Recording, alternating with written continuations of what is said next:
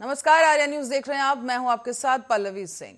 विधानसभा चुनाव को लेकर प्रधानमंत्री नरेंद्र मोदी 2 दिन कर्नाटक दौरे पर हैं और आज प्रधानमंत्री नरेंद्र मोदी प्रचार अभियान को संबोधित करते हुए नजर आए हैं और उसे लीड करते हुए नजर आए हैं। आपको बता दें कि इस प्रचार अभियान का आज दूसरा दिन है, जहां पर प्रधानमंत्री नरेंद्र मोदी ने जनसभा को संबोधित किया है। आज उनकी 3 जनसभाएं होनी है कर्नाटक में और पहली रैली उनकी मूडबिद्री में होगी। उसके बाद वो अंकोला जाएंगे और उसके बाद तीसरी रैली होगी बेलहोगल में। आपको ये बता दें कि प्रधानमंत्री मोदी ने कलबुर्गी में रोड शो से पहले बच्चों से बातचीत की थी और उन्होंने बच्चों से पूछा कि वो पढ़ते हैं या नहीं, वो बड़े होकर क्या बनना चाहते हैं। और बच्चों में से एक ने डॉक्टर कहा तो दूसरे ने पुलिस अधिकारी कहा। फिर प्रधानमंत्री ने पूछा कि क्या प्रधानमंत्री नहीं बनना चाहते, तो बच्चों में से एक ने कहा कि मैं आपके जैसा बनना चाहता हूं।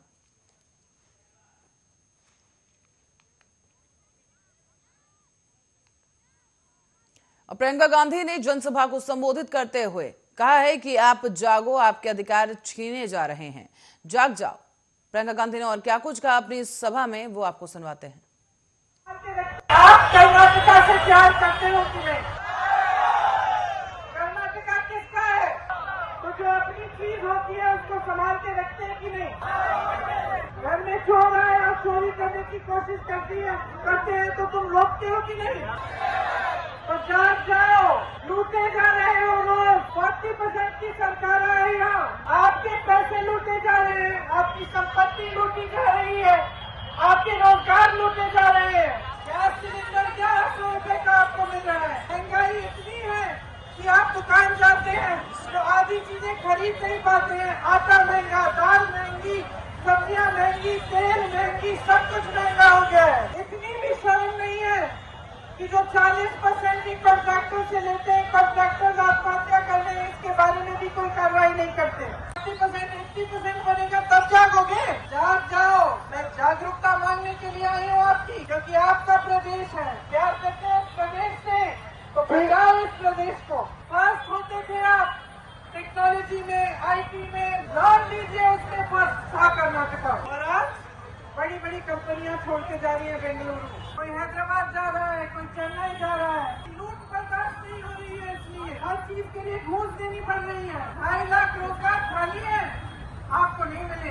कांग्रेस कह रही है कि आपको गारंटी देगी। इस तरह से बेंगलुरु का हब है, उस तरह से जो सेकंड ईयर वाली शहरें हैं उनको भी मजबूत बनाने की योजना है। इलेक्ट्रॉनिक जो गाड़ियां हैं जो आजकल बनने लगी हैं, कर्नाटका को उनका हब बनाने का प्लान है। छोटे और मीडियम बिजनेस को मजबूत करने का प्लान है। और सबसे बड़ी चीज लूट बंद करने की योजना है।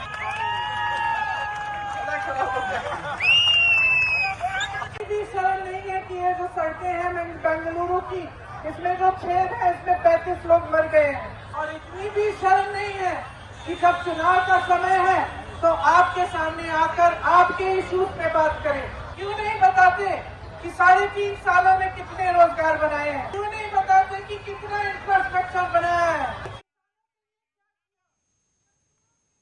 और केंद्रीय मंत्री किरण रिजिजू का बड़ा बयान सामने आया है। केंद्रीय मंत्री ने कहा है कि हमें औपनिवेशिक युग को धीरे धीरे खत्म करना है, जिसमें महत्वपूर्ण विषय है भाषा का, और हमें भारतीय कोर्ट में भारतीय भाषा का इस्तेमाल क्यों नहीं करना चाहिए। हमने सुप्रीम कोर्ट में भी कहा है कि आप इस दिशा में सोचें और सरकार के इस पर मंशा है, ये साफ मंशा है और हमारे पास तकनीक है, तो हम क्यों ना अपने क्षेत्रीय भाषा में इसका इस्तेमाल करें। लाल किले के प्राचीर से भी घोषणा किया कि there should be process of decolonisation. हम जो कॉलोनियल एरा में जो हमारा सोच है, अंग्रेजों ने जो निशाना छोड़ के गया है, उसको धीरे धीरे पूरा खत्म करना है। तो इसमें बहुत बड़ा एक सब्जेक्ट है जो मैं थोड़ा सा छूना चाहता हूं, वो है भाषा।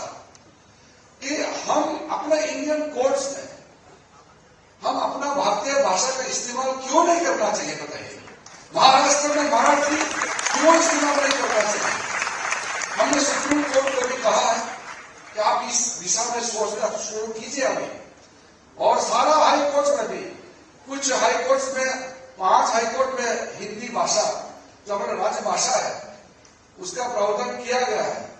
मैं बाकी डिटेल में नहीं जाऊंगा, लेकिन मैं इतना कहना चाहता हूं कि सरकार का मंशा बहुत क्लियर है। प्राइम मिनिस्टर मोदी जी इसको अपना मत बहुत साफ तरीके से कह चुके हैं जुडिशरी के सामने पे भी और कई प्लेटफॉर्म में कि हमको अब आगे टेक्नोलॉजी हमारे पास है, ट्रांसलेशन का व्यवस्था है, इंस्टेंट ट्रांसलेशन ट्रांसक्रिप्शन होता है।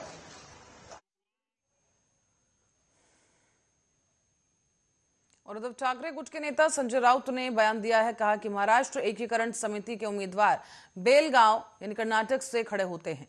वो एक विवादित भाग है और सर्वोच्च न्यायालय में फैसला आना बाकी है। वहां के 20 लाख लोग महाराष्ट्र में आना चाहते हैं। हम कभी वहां से चुनाव नहीं लड़ते और मेरा मुख्यमंत्री और उप मुख्यमंत्री से आह्वान है कि आप हमेशा कहते हैं कि बेलगांव के आंदोलन में हमने बहुत बड़ा योगदान दिया है, तो अब आप जाइए और प्रचार करिए। में हम जा रहे हैं, वहां महाराष्ट्र एकीकरण समिति जो हमारी है उनके उम्मीदवार खड़े रहते हैं। 60-70 साल से हम उनके प्रचार के लिए जाते हैं। वो एक विवादित भाग है और सर्वोच्च न्यायालय में फैसला आना बाकी है। वहाँ के लोग हमेशा चाहते हैं, मराठी भाषी 20 लाख लोग हैं, वो महाराष्ट्र में आना चाहते हैं और अपने अलग से चुनाव लड़ने की रणनीति बनाते हैं। तो ये हमारी कमिटमेंट है 60 सालों से कि वहाँ जाकर उनके लिए कुछ योगदान दे। इसलिए हम है, शरद पवार जी की पार्टी है, हम कभी उस एरिया में चुनाव नहीं लड़ते, हम उनके ऊपर छोड़ देते। और एनसीपी के नेता भी वहाँ प्रचार के लिए जाते हैं उनके, और हम भी जाते हैं। तो हम जा रहे हैं 2 दिन के लिए महाराष्ट्र एकीकरण समिति के लिए हम प्रचार करेंगे।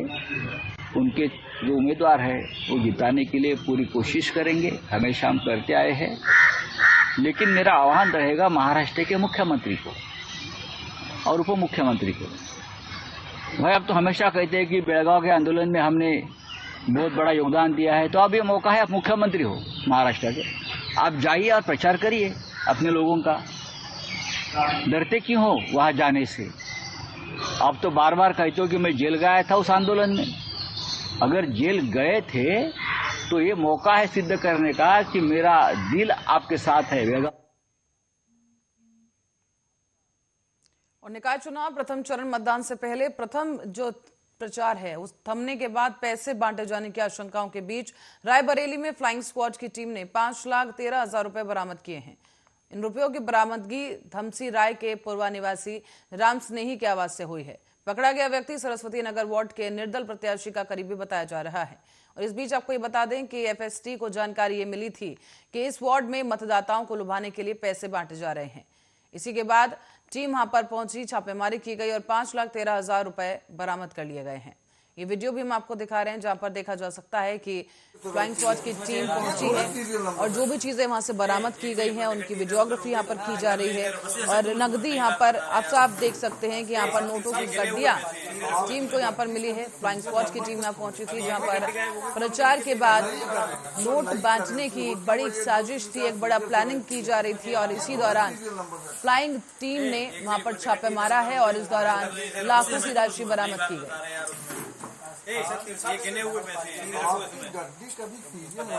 इसके ऊपर अधिक जानकारी के लिए ओम शंकर शुक्ला हमारे संवाददाता और अब हमारे साथ जुड़ गए हैं रायबरेली से। ओम शंकर, आपसे जानना चाहेंगे कि क्या कुछ पूरा मामला था और कितने पैसे पहले बांटे जा चुके हैं? जी बिल्कुल, अगर बात करी जाए निकाय चुनाव की तो लगातार जो है प्रशासन नजर बनाया है और जो है वो चेकिंग अभियान भी उन्होंने तेज कर दिया है। बीएसएफ की टुकड़ी भी यहाँ पर लगातार फ्लैग मार्च कर रही है। तो उसी के तहत जो है छापेमारी के दौरान एक जो है वो मिलेनिया थाना क्षेत्र का एक सभासद था जिसके पास से जो है वो 5 लाख जो है वो 13,000 रुपए बरामद हुए हैं और इस पैसे का वो कोई हिसाब नहीं दे पाया है। इसी वजह से जो है पर ओम शंकर, जब ये इतना जो पैसे बांटे गए, जो पैसे मिले हैं उस घर से, तो शख्स की तरफ से क्या कहा जा रहा है? वो पैसे आखिर किसके लिए रखे गए थे? पैसा बांटने के लिए वो ले जा रहा था, पैसा बांटने नहीं पाया है। उससे पहले ही उसको जो है निर्वाचन आयोग की टीम ने गिरफ्तार कर लिया है और उसको जो है दस्तावेज न दिखाए जाने के कारण जो है वो संबंधित थाने में उसको सौंप दिया है और आगे की विधिक कार्रवाई शुरू कर दी गई है। तो ओम शंकर, और क्या कुछ संदिग्ध चीजें इस शख्स के घर से बरामद हुई हैं? क्या और भी कुछ नोटों की गड्डियां वहां पर मिली हैं या फिर इससे पहले? या किसी का नाम सामने आया कि किसकी तरफ से ये साजिश रची जा रही है? और उसी के तहत जो है वो जिला प्रशासन पूरी तरह से जो है वो तैयार नजर आ रहा है। लगातार जो है वो वाहनों की चेकिंग करी जा रही है और संदिग्ध स्थानों पर जो है छापेमारी की जा रही है। उसी के तहत इस पैसे की बरामदगी हुई है। इसके अगर पैसे की बात करी जाए तो जो भी संवेदनशील इलाके हैं जहाँ पर जो है मरीन बस्तियां है, जहाँ पर साड़ी, कपड़ा, दारू, इस तरह की जो है पहले जो है गतिविधियां होती रही है, लेकिन इस बार जो है अब की बार होना संभव नहीं हो पा रहा क्योंकि चप्पे चप्पे पर जो है वो पुलिस बल जो है बीएसएफ की टुकड़ी के साथ तैनात है। ओम शंकर, अब कार्रवाई को लेकर क्या अपडेट है? आरोपी पर अब किस तरह की धारा लगाई गई है? क्या कुछ कार्रवाई वहां पर हो रही है? जी बिल्कुल, अभी तो उसको गिरफ्तार करके थाने ले जाया गया है और उससे दस्तावेज मांगे जा रहे हैं। अगर दस्तावेज वो नहीं दिखा पाता है तो उसके विरुद्ध जो भी संबंधित धाराओं में मुकदमा पंजीकृत करके विधिक कार्रवाई करी जाएगी। जी, और ओम शंकर, क्योंकि मतदान अब होने ही जा रहे हैं तो उसको लेकर क्या अपडेट है? किस तरह की सुरक्षा वहां पर देखने को मिल रही है? खासतौर पर अगर हम मतदान केंद्रों की बात करें तो किस तरह की प्लानिंग जो है प्रशासन की तरफ से की गई? जनपद में अगर जो निकाय चुनाव की बात करी जाए तो 1 से 4 मतदान केंद्र बनाए गए हैं, 362 बूथ तैयार करे गए हैं, जिसमें कि 9 नगर पंचायत है और 1 नगर पालिका। तो यानी 3 लाख से अधिक वोटर जो है वो अब रायबरेली जिले में जो है वो 9 नगर पंचायत अध्यक्ष और 1 नगर पालिका अध्यक्ष का चुनाव करेंगे। जी ओम शंकर, बहुत बहुत धन्यवाद इस तमाम जानकारी के लिए। दर्शकों को बता दें कि यहाँ पर फ्लाइंग स्क्वाड की टीम पहुंची है और एक शख्स के घर से 5 लाख के आसपास राशि बरामद की गई है।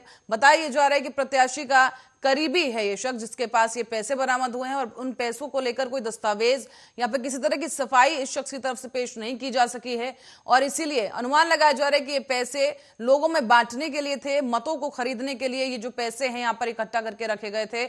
लेकिन इससे पहले कि पैसे बांटे जाते पुलिस की टीम वहां पर पहुंची है और इस राशि को वहां से जब्त कर लिया गया है।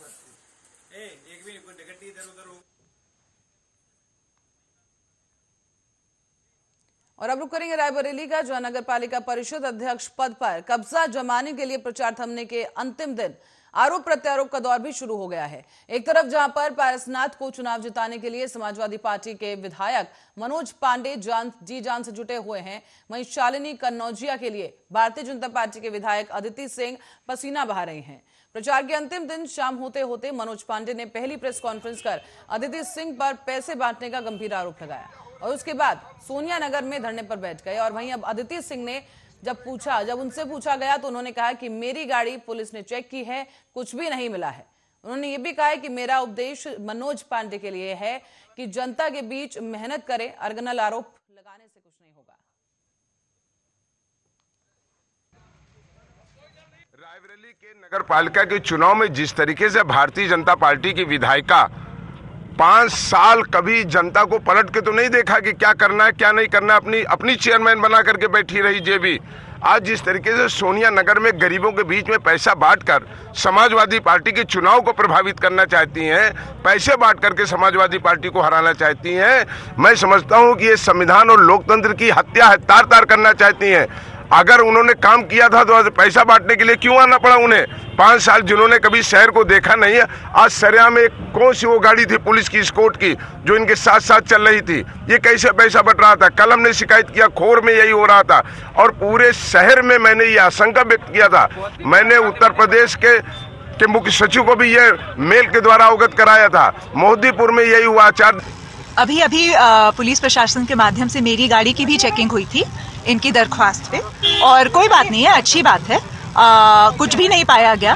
जो हार रहा होता है वो बौखला जाता है, ऐसे ही टाइप के स्टेटमेंट्स देते हैं। मेरा उनको यही उपदेश है कि वो जाके जनता के बीच में मेहनत करें, क्योंकि परसों चुनाव है और हमारी निष्पक्ष सरकार है।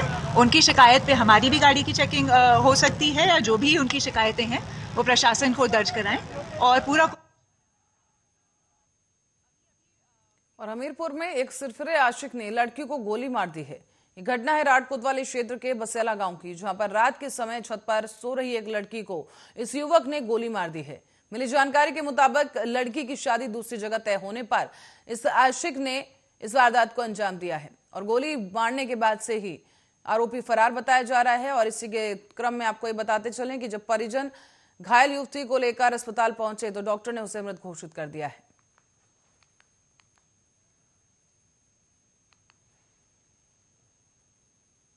और मध्य प्रदेश के पूर्व सीएम कमलनाथ ने भारतीय जनता पार्टी और शिवराज सरकार पर जमकर हमला बोला। कमलनाथ ने कहा है कि मैं गर्व से कहता हूं कि मैं हिंदू हूं, लेकिन बेवकूफ नहीं हूं। आज हमारे सामने एक बड़ी चुनौती है। पूरे प्रदेश की तस्वीरें आपके सामने हैं। प्रदेश में भटकते हुए नौजवान एक बड़ी चुनौती है और आज सवाल ये उठता है कि खुद को बचाना है या बीजेपी को बचाना चाहते हैं।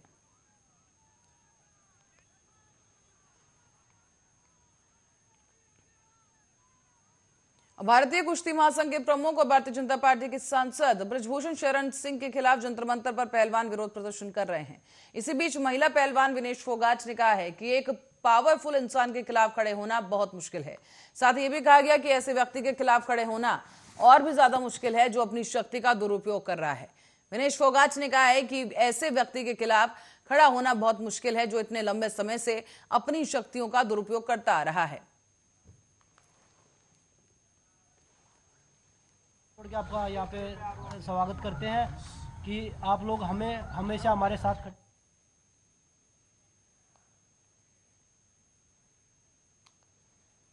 बुलंदशहर के पहासू से खबर है, जहां सीएचसी में तैनात स्टाफ नर्स का डिलीवरी के दौरान मरीजों से रिश्वत मांगने का वीडियो वायरल हो रहा है।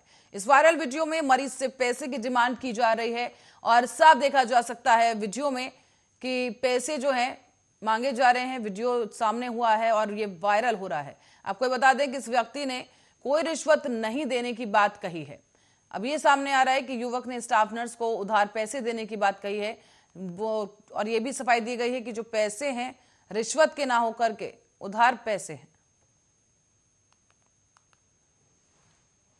मैं स्टाफ नर्स हूँ, सीएचसी पहासू पर तैनात हूँ। ठीक है, जो अब वीडियो वायरल हुई है वो निराधार है। मेरा उस आदमी से पहले से ही लेन देन है और वो मेरे पैसे वापस करने ऑफिस में आया था। जो कि फसल वसल के लिए वो पैसे ले गए थे, उनको जरूरत थी और उन्हीं को मैं ऑफिस में बैठी थी। वो ये वीडियो वायरल हुई थी कि मैंने कहा है मैडम से पैसे उधार लेके गया था 4 दिन पहले। आप जानते मैडम को?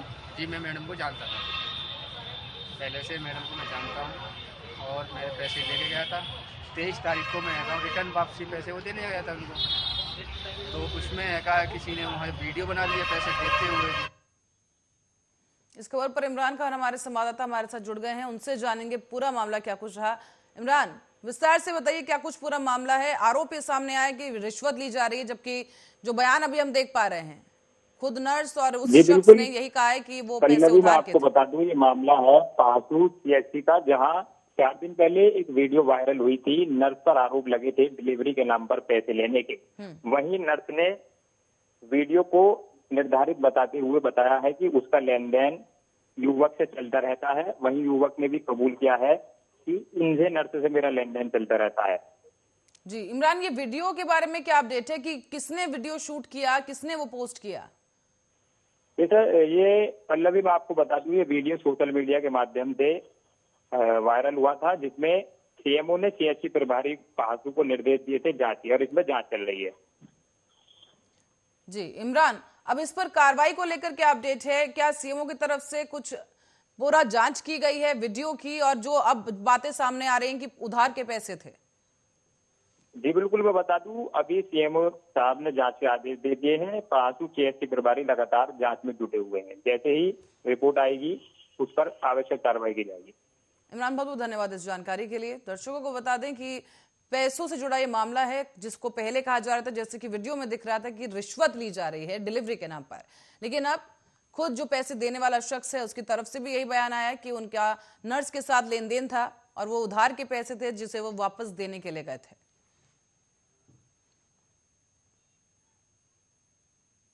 अब बिजनौर में नगर निकाय चुनाव का मतदान कल होगा। मतदान केंद्रों के लिए आज ही पोलिंग पार्टियां भी रवाना होंगी। और जानकारी के लिए बता दें कि जिले में 18 नगर निकाय सीटों पर 392 वार्ड पर 4 मई को मतदान होना है।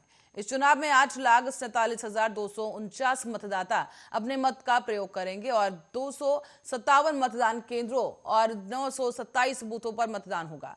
सुरक्षा के लिहाज से आपको बता दें कि 119 संवेदनशील इलाके हैं और 25 अति संवेदनशील मतदान केंद्रों पर पैरामिलिट्री की जो पैनी नजर है वो बनाई हुई है। और साथ ही साथ आपको ये भी बता दें कि पुलिस ने आज ही फ्लैग मार्च किया और सुरक्षा व्यवस्था और शांति बनाए रखने की अपील की गई है।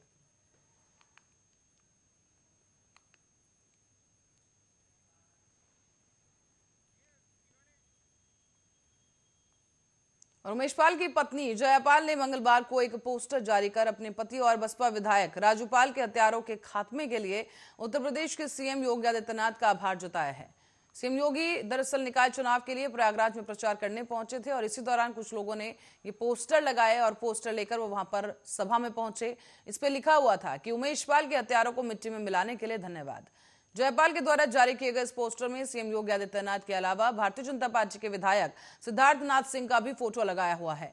आपको ये बता दें कि इस पोस्टर में उमेश पाल, जयपाल और राजू पाल की भी तस्वीरें लगाई गई हैं और पोस्टर में यह भी लिखा गया कि बुलडोजर बाबा जिंदाबाद, सिद्धार्थ नगर के सिद्धार्थ नाथ सिंह जिंदाबाद। इतना ही नहीं बल्कि जयपाल के नाम पर यह पोस्टर सोशल मीडिया पर अब जमकर वायरल हो रहा है।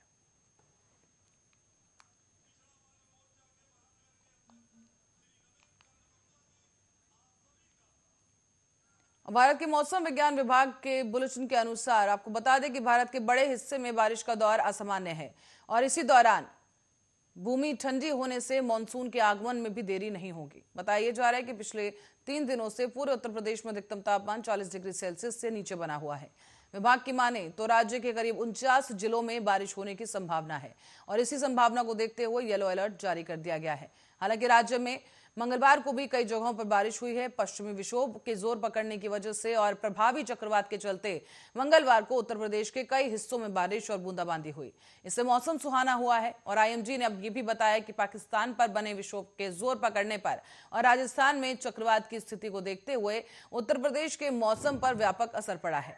साथ ही ये भी जानकारी दी गई कि पिछले 24 घंटों के दौरान राज्य में कई हिस्सों में तेज हवा के साथ बारिश हुई है और आने वाले समय में भी बारिश के पूरे आसार हैं।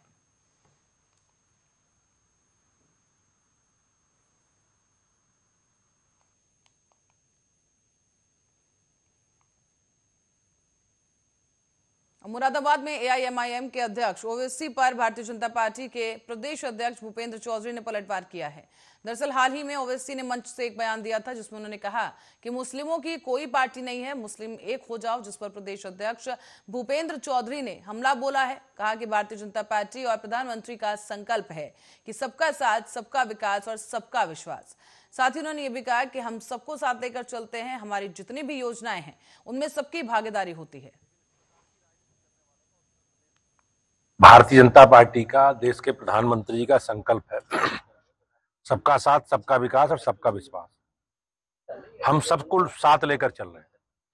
हमारी जितनी भी योजनाएं हैं, गरीब कल्याण की योजनाएं हैं, जो डेवलपमेंट के काम है, उनमें सबकी भागीदारी है। दूसरे लोग अपने वोट बैंक के आधार पर भेदभाव करते रहे हैं, लेकिन इस प्रकार की राजनीति करने वालों का उत्तर प्रदेश में, देश में कहीं स्थान नहीं है और ये जनता ने, देश की जनता ने उन्हें संदेश देने का काम किया है। और आज विकास की बात करने वाले लोग, डेवलपमेंट की बात करने वाले लोग, सुरक्षा की बात करने वाले लोग, देश समाज के हितों की बात करने वाले लोग, हम सब लोग जनता के बीच में हैं और निश्चित। और मुरादाबाद से खबर है, जो नगर पंचायत भोजपुर की निर्दलीय अध्यक्ष पद महिला प्रत्याशी रहमत जहां प्रचार का अनूठा तरीका लेकर आई हैं। भीड़ इकट्ठा करने के लिए और वोटरों को लुभाने के लिए चुनावी सभा के मंच पर फिल्मी गानों से मनोरंजन किया गया है। चुनाव से ठीक 2 दिन पहले रात 11 बजे की यह घटना है जब लाउडस्पीकर की फुल आवाज में आदर्श आचार संहिता की खुलेआम धज्जियां उड़ाई गई है। साथ ही आपको ये बता दें कि चुनावी कम बल्कि मनोरंजन सभा ज्यादा लग रही है। यहाँ पर आपको स्थानीय पुलिस भी दिखेगी, जो स्थानीय पुलिस इस पूरी घटना को देखकर अनजान बनी हुई है। इतना ही नहीं बल्कि खुद पुलिसकर्मी भी बीच बीच में आकर इस सभा का आनंद लेते हुए दिख रहे हैं। बता दें कि निर्दलीय चेयरमैन पद प्रत्याशी श्रीमती रहमत जहां ने नगर पंचायत भोजपुर में एक सभा का आयोजन किया जिसमें फिल्मी गानों के साथ मनोरंजन किया गया है। इस दौरान ये भी कहा जा रहा है कि उन्होंने भारतीय जनता पार्टी पर और विपक्षियों पर जमकर कटाक्ष किए और अभद्र भाषा का भी प्रयोग किया गया है।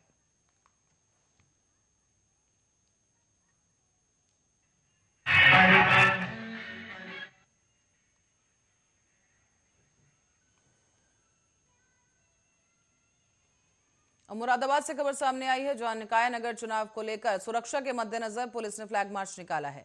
बताया जा रहा है कि निकाय चुनाव का प्रचार थम चुका है और जनपद मुरादाबाद में निकाय चुनाव के लिए 4 मई को मतदान होगा। गौरतलब है कि पैरामिलिट्री फोर्स, पीएससी के कई कंपनियां भी मुरादाबाद पहुंच चुकी हैं और सड़कों पर फ्लैग मार्च निकाला जा रहा है। आपको ये बताते चलें कि सुरक्षा के लिहाज से कई संवेदनशील इलाकों को चिन्हित किया गया है और उन्हीं पर फ्लैग मार्च किया गया है। साथ ही साथ स्पीकर के जरिए लोगों से शांति व्यवस्था बनाए रखने की अपील भी की गई है। तस्वीरों के जरिए आपको दिखाते चलें, आप देख सकते हैं कि पुलिस की, पीएससी की टीम लगातार यहां पर फ्लैग मार्च कर रही है और सड़कों पर पुलिस के तमाम कर्मचारी नजर आ रहे हैं और साथ ही साथ महिला पुलिसकर्मी भी यहां पर खड़े हुए हैं और साथ ही साथ लोगों से लगातार ये अपील की जा रही है कि शांति व्यवस्था बनाए रखें। संवेदनशील इलाकों पर ये फ्लैग मार्च प्रशासन की तरफ से निकाला गया है।